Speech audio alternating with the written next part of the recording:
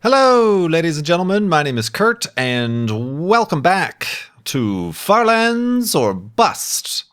This is episode indeed, Wolfie, episode 539 of the series, as we are walking to the Farlands here in Minecraft Beta. Well, that's an interesting door design. Minecraft Beta 1.7.3. And as we have been doing since the wee old days of YouTube, since when have we been doing this? Since March of 2011. Like I said, some 539 episodes ago. But we're continuing to do so on this, a Tuesday, December 8th, 2015. How are we doing on wool? We're okay-ish on wool. I really need treats for Wolfie, because took some damage in the last episode. Possibly was my fault for collapsing some sand into a cascade of death and suffocation to Wolfie, but we saved him. But his health is still a little bit low, so let's find some of those pigs if we can. And in the meantime, remind everybody that over at farlandsorbust.com, you can donate to Child's Play charity. This is, after all, a walkathon fundraiser. At farlandsorbust.com, click the little donate button. There's a little Child's Play charity widget tracker thingamabob. Wolfie? Wolfie? What the heck happened to Wolfie? Did I sit him down accidentally? No, there he is. All right. What the heck? You're freaking me out, man. Yeah, there's a little tracker, and on that tracker, if you were to check it today, you would see that we have raised $10,470.11 for Child's Play charity this season, season 6 of the series. Trying to raise $60,000 for season 6 appropriately. When we do raise that amount is when I finally press F3. I don't press F3, even away from the camera, to find out how far we have walked. That gives you your coordinates in the game. We only do that after raising our charity goal and after having the Flobathon celebration live stream marathon situation for doing so. So get on over to farlandsorbust.com to donate. Be much appreciated. Great cause to get toys, books, games to kids in hospitals around the world. When we just sit here and walk to the Farlands. What a strange little arrangement we have. But yeah, we're continuing on here. Like I said in the last episode, Wolfie took some damage. Sorry. Sorry about that. So now we have to avoid cliffs. We have to avoid spawning him underwater, under ice. We have to avoid cacti. We have to avoid lava. And now we have to reduce our entertainment, because we normally, if we find floating sand, we want to break it and have it cascade, but that has proven to be a little bit dangerous for our companion here that we've had since episode 32. That looks like a spawner. I see it! I seen it! So therefore I must explore it. Of course, wasn't I just... We have 2 out of all of those major hazards right around here. We have cascading sand, we have water and ice. Good job. Let's be more safe. Brings them to the most dangerous place in the world. There we go. All right, you sit. Oh yeah, this one's going to be a bit of a challenge to unearth. But we can try. We can try. Or I guess not even unearth. We're watering it. Unoceaning this spawner. All right. And then we can just fall in, you know, as you do. That's exactly what I meant to do. All right, let's... All right, we might be able to do this like that, because obviously right there is one of the chests. I mean, obviously. How could the... Oh, a lot of iron. Good, because I think I need... Yeah, my chest plate is in some bad shape. Can I look at a chest through the water? Is that even a chest? That is not a chest. Where's the other chest? Alright, I am going to have to try to get rid of this water, I think. That helped. What if we... I said, what if we... Oh, dang it. I suppose we'll have to do it with some cobblestone, huh? Oh no, that was a bad idea. What have you done, Kurt? Oh, I'm bad at this video game. Dang it. Alright, let's go get some dirt. Okay, Garrett, where does this water even coming from? No, stop it! It's multiplying. Perpetual. Oh, and I got falling sand. Where is Wolfie, by the way? Alright, he's supposedly safe over there. Alright, let's decimate this island. And in doing so, gather the required resources. There probably isn't even another chest. But you never know, there could be another golden apple. Probably isn't another golden apple, but there could be another golden apple. Alright. No, oh gosh, now I'm taking my own damage. I'm gonna need a golden apple. Alright, what I should be doing is getting rid of the source blocks up here. Right? Yeah, that did the job that I needed it to do, didn't it? Yep. How easy was that?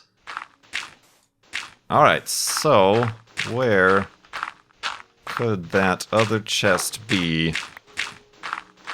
Other than non-existent. Oh, it looks like it's non-existent. Dang it! All that work for nothing. Thanks a lot, skeleton spawner. Just for that... Oh, we don't have enough. Yeah. Just for that, I'm going to leave you exactly where you are. Untouched. And unharmed. Alright. Continuing on. Continuing west. To those far lands. Bloop. And also to those... Whoa, we're going the wrong way. Where? What? This way. Yeah, okay, yeah, I took a hard left turn to get the spawner. Anyway, towards the far lands... something in space news that I forgot to mention last week. I didn't actually know until yesterday. The moon passed in front of Venus. An occultation, as it is called. And it happened during the daytime, which is an interesting concept for astronomical observations. But all across North America, it was visible just after sunrise. Since the moon right now is at the end of its cycle, it is actually in the morning. It rises, it raises in the morning. Moonrise is in the morning. Basically, it was just perfectly aligned. This happens every so often. That Venus is also now a morning planet. The morning star, as it would be would have been referred to before people realized it was a planet. Happened to pass along the same vectors as the planet Venus. So Venus is obviously much further away, so the moon passes in front. It's a very cool, thin crescent moon.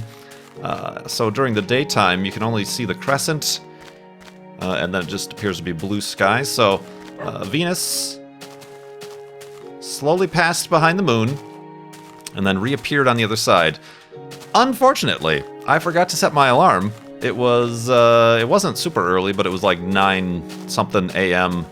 Arizona time that it happened. And I completely missed it and completely forgot about it until after the fact. But I was indeed able to go out as I took Eva outside for business. I brought my binoculars out. Was able to fairly easily see the moon in the daytime.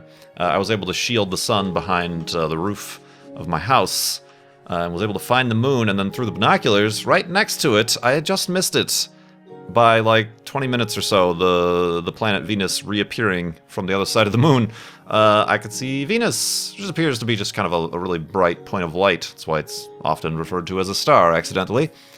And I was very surprised, I was able to then hold up my cell phone to one of the eyepieces of the binoculars, handheld. Took a bunch of pictures, and a few of them turned out sharp enough that I posted it to my Instagram. I'm Kurt Indeed on Instagram, not to confuse anybody, but Kurt Indeed. But yeah, this is kind of cool. You see the crescent moon and the little bright planet Venus right next to it. I was hoping to be able to remember to get up early enough and then bring out the telescope, because that would have been cool to see both the planet Venus as a sphere, a planet, not just a point of light, slowly pass behind it. That's kind of the interesting stuff about astronomy to me, is when you're able to get the kind of perspective, the depth of field, much like when Venus transited the sun. You kind of, when you're sitting here on good old planet Earth and you're just looking up at the sky, everything's kind of two-dimensional. But when you have actual foregrounds and background situations going on, that's super interesting to me. But I missed it because I'm a scrub. But yeah, that happened. Sorry, I'm just telling you about it now, because that means you missed it too if you didn't know about that. I retweeted something yesterday, Sunday, about it. I'm talking about Monday, by the way. Yeah, these episodes are recorded a day early. This episode's coming out Tuesday. Monday, the 7th is when that happened. So yeah, like, say Venus is right there, and the moon orbits the Earth. So in the moon's orbit, Venus passed behind the moon, and then an hour and a half or so later popped out the other side. Neat stuff. Neat stuff indeed. Let's go to sleep, and we'll continue in the morning.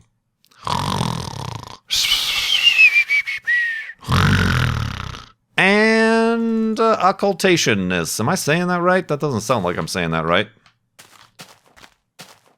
Oh, I was like, what the heck happened to that boat? It was like totally just right there. There it is. There it is. All right, we're still looking for pigs. Have I been passing up pigs? Still looking for pigs for Wolfie. Keep your eyes peeled. Peeled for pigs. What else? Well, that's about that. We have some questions here from donors. When you donate to Child's Play Charity at farlinesbus.com, you can ask a question, and I will get to it. Hopefully in a future episode, and that's what I'm doing right here. This one from Travis. Oh, that's right. Travis had about 4 questions here, and we answered the first one at the end of the last episode, but then we ran out of time. So Travis continues asking questions. You greedy bum. No, continues asking questions. His first question was about watching TV and advertising on TV. Second question is, what about the channel packages you have to get instead of just the channels you want? Speaking of the American system of cable television, I'm not sure how it is around the rest of the world. I know people from Europe and the UK are rather surprised by the amount of advertising and commercials we have to deal with here in the United States, regardless of whether or not we have a cable TV package. But yeah, it's essentially, it's yeah, I could go on and on and on about cable TV and how stuck in the past and clutching to their old ways for profits they are, and kind of ignoring the future of content delivery, the on-demand, the Netflixes. There are some pigs. The Netflixes, the YouTubes, the, even Hulu, you'd think is like a part of the next wave, but it's really the old wave trying to still make the new wave work the way they want it to. Am I making sense? I mean, they've only just recently introduced a model that allows you to watch Hulu commercial-free, because at first you were paying and you were still getting commercials, but they were just allowing you to see more videos. Ah, there we go. Back up to full health. And I didn't accidentally eat one of those for once.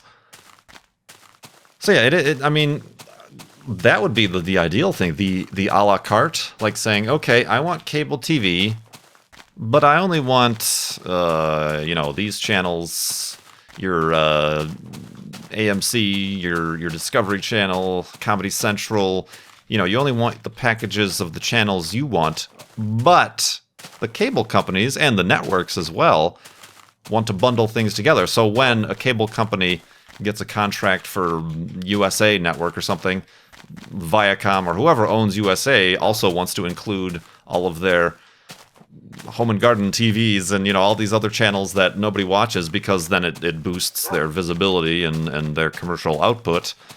And they're both hand in hand kind of putting those packages together. So yeah, that's a problem. And that's a lot of the reason why I think a lot of people are cutting the cable cord and going with digital distribution. And just recently, for a long time, the premium channels, your HBOs, your Showtimes or whatever, were exclusively only available through these expensive cable TV packages. Up until recently, HBO recently announced its own standalone kind of Hulu's type subscription thing. It's kind of expensive, but it makes a lot more sense than, say, if you want to get it through your cable package, you first of all have to have one of the more top-tier cable bundles, and then you need to add HBO, but then you also need to add the rest of, you know, your Stars, your Showtimes, and whatever in the same package. So yeah, and it's a lot easier to do that than to, coming from experience and recent experience, to do that than having to speak with a cable representative. I recently called my cable company. Finally, that was on the list of many things I needed to do. Another giant patch of pumpkins. Let's count these pumpkins over here. I had to call the cable company because you can't, of course, you can't make changes to your cable package over the internet. This is yet again one of the ways that they're stuck in the old ways. You have to call in, and then you end up getting one of their retention specialists, because I had for a while a promotional package that included some of those premiums that I no longer wanted, because I no longer watch them, and the price has gone back up because it's no longer promotional. I wanted to do that. I wanted to increase my internet, and a few other things. All right, let's count these pumpkins. Well, a lot of pumpkins. 1, 2, 3, 4, 5, 6, 7, 8, 9, 10, 11, 12, 13. 13 pumpkins. Not as impressive as the 19 pumpkin patch we saw a couple episodes ago. Wolfie agrees. He can count. He knows rudimentary arithmetic. We got 2 outliers out here. So yeah, it's just very bizarre when you call. Like, I must get, like, the people who it's their first day, they seem so, like, confused and amazed at the fact that you want to call to make a change to your package. Like, I'm like, okay, I want to increase my internet. And, like, that was, like, a major thing. Why would anybody want to increase their internet package? Like, she even went on to ask... I'm like, okay, I want to increase from this package to the top package. Okay. And like, she like, went on to ask, oh, how do you use internet on a day-to-day basis? How many computers do you have connected to the internet? I'm like, why are you even asking me? I'm telling you that I would like to pay you more money to get faster internet. It doesn't matter whether or not I need it. Were you going to talk me out of it?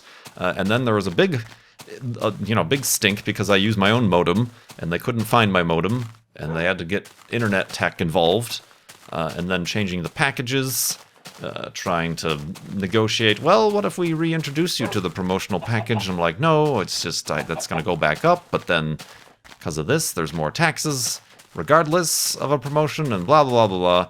I finally got my way, but the funny thing is, and I'm glad I waited to do the internet change till the end, because I thought this would be a problem, because I now use Google Fi, which I have pretty terrible cell phone reception in my house, but Google Fi uses, if it doesn't have cell phone reception, it uses your Wi-Fi and does the call over Wi-Fi just seamlessly. You don't even notice. Well, I was apparently calling my cable company over Wi-Fi on my phone, and I'm glad I waited for the internet change till the end, because they were like, okay, we've done all these changes. This is your new monthly costs. You're going to get this amount refunded onto your current bill. And they were talking, and then all of a sudden the call dropped. It's because the internet techs reset my modem to, I suppose, refresh for the new speeds or whatever. But I was talking to them over the Wi-Fi, and the call dropped completely. I'm like, all right, well, at least it seems like they did everything correctly. They didn't let the phone call finish completely, and there was no way, I suppose, for them to know that I was talking to them over Wi-Fi. But this is such a struggle. And, like, a very short thing that could have been done on the internet. You know, remove these things from your package, add this to your package, apply, check out. Had to be a 35-minute phone call, and, like, 20 of those minutes being on hold because they didn't know what they were doing, and were so amazed that I wanted to do these things. Bah! It's such a... It's trying times. But anyway... well, I guess Travis continues asking questions about television. Do you plan to discontinue your TV subscription? I would, and I should.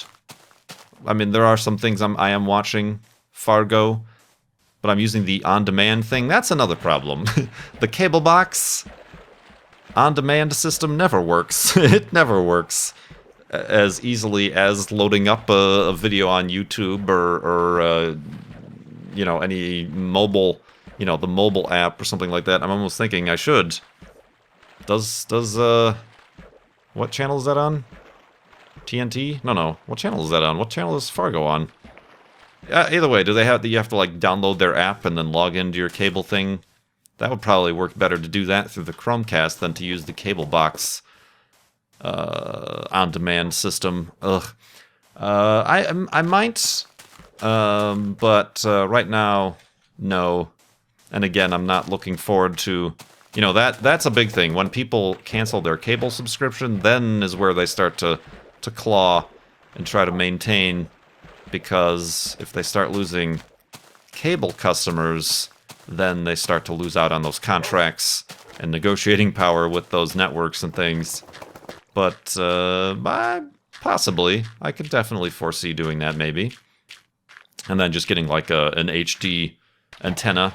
They have those. You can just stick to your window or whatever, and you can at least get the local channels, hopefully, over digital antenna. And then lastly, from Travis, what is the kind of tablet that you have? I have the Samsung Galaxy Tab S. I got it last Christmas for myself. I got the 10-inch model. Yeah, it's been working out all right. I don't use it to the extent that I'm sure some people, like I still have a lot of like the default screens and programs on there just because I basically use it like a newspaper in the morning. I'll read through my RSS feeds, my blog feeds. I'll have some music going on it sometimes, like Google Music or Pandora or whatever. And then I go through,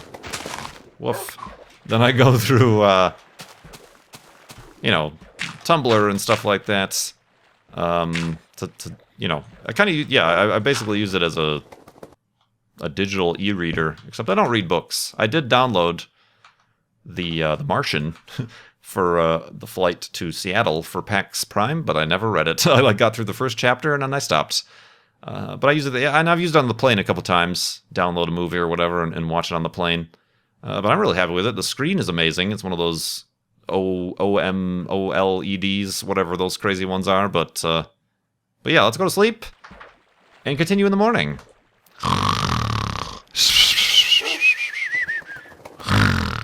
And awakeness.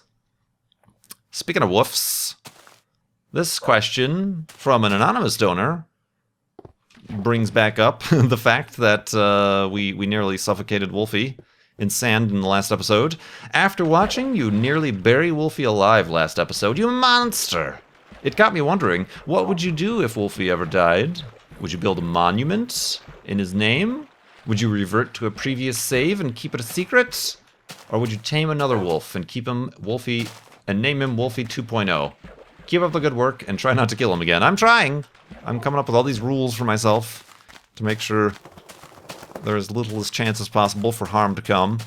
I'm not sure. I'm not sure indeed. This is a little bit along the lines of, we had a question in the last episode about what would you do if you died in lava. Would you take a few episodes to recover and get all your armor and go mining and stuff back? Or would you just press on or whatever? Similar situations of fairly drastic events taking place in Far Lands of Busts. I'm not sure. I'm not sure what I would do. I would probably leave it a little bit up to the community to see. I kind of did that when we glitched lost Wolfie during the Flobathon. I kind of tried to think of what to do, and the majority seemed to agree with, since it was a glitch, to invoke a glitch ourselves, the hidey hole paradox, to go back to a previous save to get Wolfie back. But time travel hidey hole paradox is only a one-way trip. So we did that, but then had to walk all the way back and find the monument again from that, so that worked out. Yeah, I'm not sure. I'm not sure what I would do. I hope I never have to deal with it, I guess. But, yeah. It certainly adds a whole nother element. You know, if it was just me by myself, I'd be taking a lot more risks. Maybe I would go caving more often, or searching out those zombie spawners or spawners and dungeons more often. I would certainly have maybe walked up on this hill versus going around to the left. You know, it's kind of like one of these escort quests that you get in video games that people really don't like ever. Except that's the entire game for me, is trying to make sure this wolf stays alive. But then again, he's come in handy. He's taken out some skeletons that have taken pot shots at us at times. So I think it's mutually beneficial, a little friendship we have going on here. And then now I get him confused for my actual real-life dog. So that's fun. That's good times. That really stretches out my brain to places that it cannot handle. Let's see here. Will, which one's Will? Will asks, what do you think of the comparison of the size of Minecraft, the Minecraft world, compared to the planets? There's a very frequently seen graphic where you can scale through things in the universe, and included in it, right next to Neptune, is the Minecraft world, represented as like just a flat plane square. I think that goes from 30,000 to 30,000 of the generatable world of Minecraft, and it's like about the size, it's right about the size of Neptune. I don't think you could wrap it around Neptune because it's flat like a sheet. I don't think it's that large, but it's pretty large. So Will is wondering what I think about that comparison.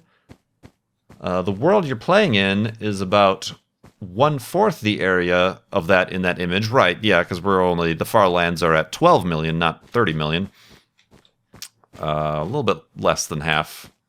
A little bit more than 1/4, maybe 1/3. 2/5. This image gave me some sense of scale of your undertaking. What are your thoughts? Well, yeah, that is a little bit overwhelming. There's definitely a zombie spawner under there somewhere, but too bad. Can't see it. Whoa, I'm about to see it up close and personal. Careful there. Yeah, I mean, that's a cool visualization. I mean, even just to think of how far we've walked at the last F3 last March. We were at 2,266,779, 18% of the way there.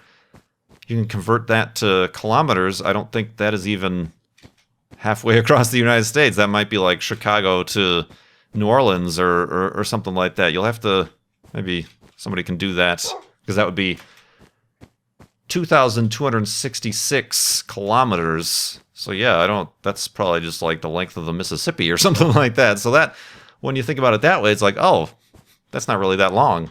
I could have theoretically done a real life marathon walk and have been done with it by now across the United States, I'm sure. But yeah, there's a definite sense of scale that comes from that. That's very interesting. But then again, I think at last count, I think we've walked the circumference of the moon, I think is what we walked. Which, hey, walking around a moon? that ain't no small task right there. We just walked around the moon at the equator.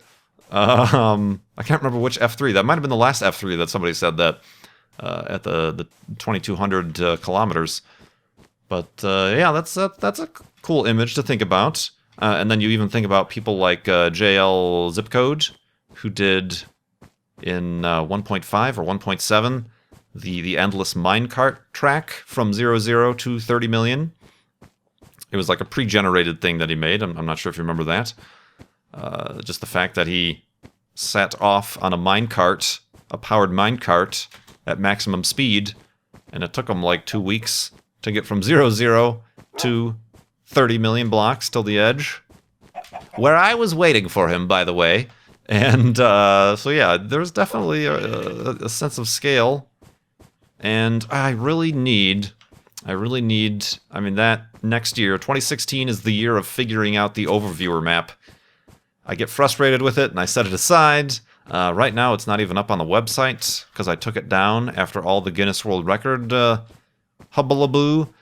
It ended up crashing my website because that requires a lot of bandwidth. So I've got to find a way, and I know I'll start even in these comments. Oh, I'll host it for you. Let me help you with that. I got to find a way where I'm in control of things, and you know how I roll. So yeah, that's the year of 2016 is the year of, that'll be just a crazy interesting thing to see a little zoomable map, a little spindly line From Spawn to the latest F3, 2.2 million blocks from Spawn. That'll give you a sense of scale, won't it? So yeah, that's it's daunting, but it's still cool that we've even gone this far. So, indeed. Ethan from Australia asks, "Do you enjoy walking to the far lands and talking on the way?" I certainly hope I do, if I've been doing it for over 4.5 years and 539 episodes. That'd be one heck of a torturous thing if I wasn't enjoying it. And it's transformed over time, so it's not like the same thing that's been happening. I've tried different things. I've adjusted commentary styles and video styles. Sometimes do it in the live stream for Flobathon or not. We take detours to count pumpkins, you know, all that stuff to keep ourselves interested. So yeah, I enjoy. Ethan says, "I really enjoy your series and wish for it to continue many years." Me too. Me too. I'm from Australia and wish one day to visit the USA. To visit the USA. Have a great rest of the day. Thanks. You too. You too. I one day hope to visit Australia. Whoa, watch your step. So, the feeling is mutual. Perhaps at the same time we will swap hemispheres. Oops, sorry, Wolfie. Good. Thank you very much, Ethan, for your donation to Child's Play Charity and your question. And the sun is kind of setting. So, I think... Woof. That is where we will leave the questions for next time. And I do have to mention, by the way, that we are going to be not skipping, but the next few episodes we've been doing Tuesday, Thursday, Saturday. We will be skipping Thursday and Saturday because I've got family holiday situations to attend to, so I will be unable to record this series. But I do appreciate your patience. I'll be having, obviously, other videos going up over that time, scheduled at a time, but Farlands or Busts, just to let you know, we'll be missing for Thursday and Saturday, maybe next Tuesday, or maybe I'll move Tuesday to Wednesday next week. So yeah, thanks for sticking around. Hopefully this episode has been decent enough to hold you over until then. But once we get through these holiday times, we'll be right back on track. Push through into 2016. I'm gonna be back before 2016. Obviously, I'll be back in the middle of the month here. But we'll push through, make some adjustments to our Patreon, make some adjustments to our hardware that we're working with here. We're gonna be spinning up the new computer. I just need some of the RAM and a hard drive or two, and I'll be all set to get that up and running. And perhaps we can enjoy the Farlands or Bust jitteriness in 60 frames per second. Could you imagine?